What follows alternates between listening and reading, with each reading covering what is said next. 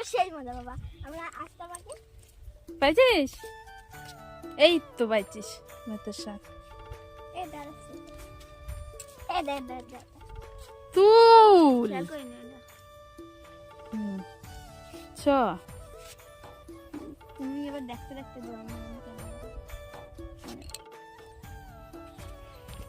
দু একটা হচ্ছে। সুন্দর শস্য এ হেভি লাগছে বৌদি, হেভি হচ্ছে ক্যামেরা দেখো। এই তো ছোট ছোট শাক, এটা আবার তুলতে পারাই বুঝতে বুঝতে শাক। হেভি লাগছে। এখানে ছিল এই যে ক্ষেতের মধ্যে ছোট ছোট হয়েছে। না হে চোখে বাজবে না, এই না ওই ভিতরে, ও ভিতরে যাবে না, সাইড দিয়ে যা পাবো তা। এই যে এদিক দিয়ে ছোট ছোট কটা হয়েছে, ওগুলো তুলছি। শাক দিয়ে কি করে ভাজা খাবো? ভাজা তাহলে তো অনেক লাগবে, ভেতরেও যেতে হবে। না ভিতরে যাবো না। হেভি লাগছে।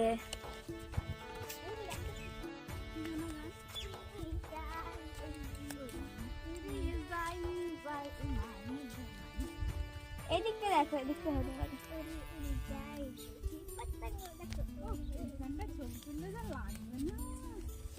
বৌদি ক্যামেরা কিন্তু তোমার দিকেও আছে। এই দেখো, দেখো কত দূর দূরান্তে অব্দি পুরো। সুন্দর লাগবে। বিকেলে আসতে হবে, বিকেলে এই মাঠটা পড়ি সুন্দর। এই দেখো এই জমিটার মধ্যে কিন্তু বতিস শাক হয়েছে, ফলো করবা জমিটা। কত তো বতিস শাকের বিয়ে কর, এদিকে বিয়ে কর, সব দেখাচ্ছি, অত চাপ লেও কে। তোর কথা কিন্তু রেকর্ডিং হচ্ছে, জানিস তো? জানি সেটা, আমি কিন্তু এমআই থাকবো। কেমন ছাড়া আমার এখানে এডিটিং করতে আসছে। এই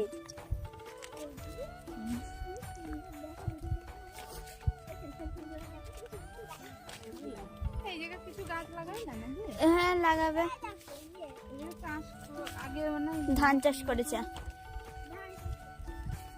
এই যে স্পেশাল কুল গাছ, এই যে কুল, এই যে দুটো কুল।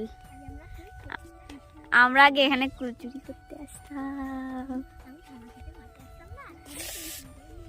সরস্বতী পূজা আসছে সামনে, সেটারও ব্লগ আসবে, তা না বৌদি?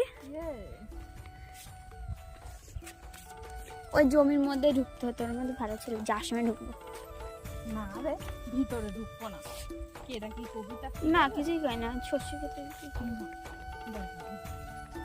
গোবিন্দ ওই ওরে বাড়ি বৌদা আইছিল, আমার জমির মধ্যে ঢুকিয়েছিল।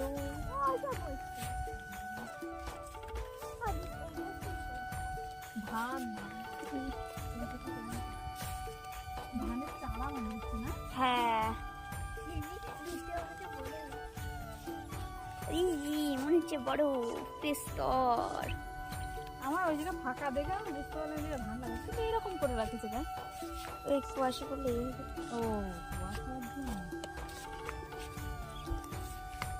ওই জমিটাতেই ছিল।